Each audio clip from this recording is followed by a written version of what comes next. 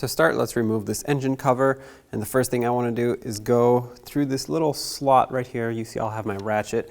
There's a clamp right here that connects the intake, which is part of this engine cover, to the throttle body, and with an 8mm socket you can loosen up the clamp if you go just at the right angle in here. Loosen it up enough to be able to unlatch the cover and the tubing there from the throttle body. I'm going to undo this clamp here as well. Take this and pull it back. Okay, remove the oil fill cap, set that aside. Now you can take the engine cover, pull it up, get it out of the way. There's a hose attached to it right here. Pull the clamp off, break the hose free, and disconnect it. Now you can set this aside. I like to put the oil fill cap back, that way no debris can make its way in here. Next, let's unplug the ignition coil. It has this little lock on the connector. You don't have to pop it all the way out like this, just halfway out. And then you can press down on the tab and remove the connector. With a 10mm socket, let's unbolt the ignition coil.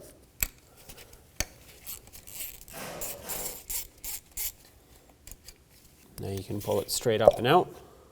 With a spark plug socket, go ahead and remove your spark plug. Make sure the socket seats on there well. Break it free. Once you've broken it free, it should come out pretty easily. At this point, you want to do the same to the rest of the ignition coils and spark plugs.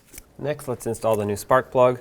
Go ahead and put it into your spark plug socket. It's important to have a spark plug socket because you don't want it to just fall off. Put it into the appropriate cylinder gently.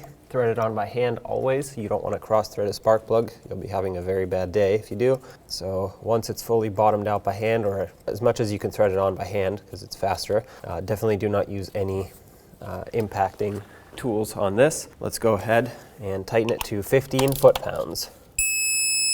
Perfect. You can add a little bit of silicone paste right here. This will do two things. It will insulate and make sure that water doesn't get in the electrical connector here for the spark plug, and it will also ensure that the boot doesn't stick to the spark plug with all the heat cycles that it has to go through.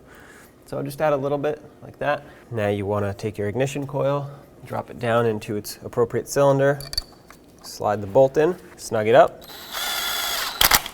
and now let's torque it to 89 inch-pounds.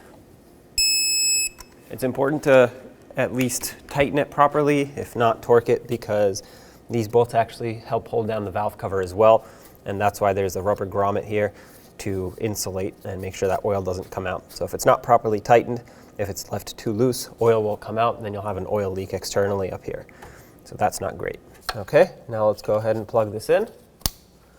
Make sure it locks. Resecure the harness if you have to remove it. And now you just would do the same to the rest of the cylinders if needed. Before we get the engine cover on, I'm going to go ahead and pull the oil fill cap. And then we have this hose over here that needs to be connected.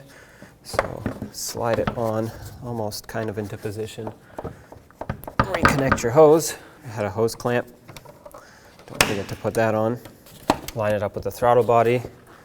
Once it lines up, you'll be able to press it on all the way. Make sure that this lines up. Next, press it onto the back and then put on your oil fill cap. That way no debris can potentially make its way in there. Snug up the hose clamp on the throttle body. Don't over tighten it, but do make sure that it is nice and snug. Okay, and snug this one up over here. Perfect.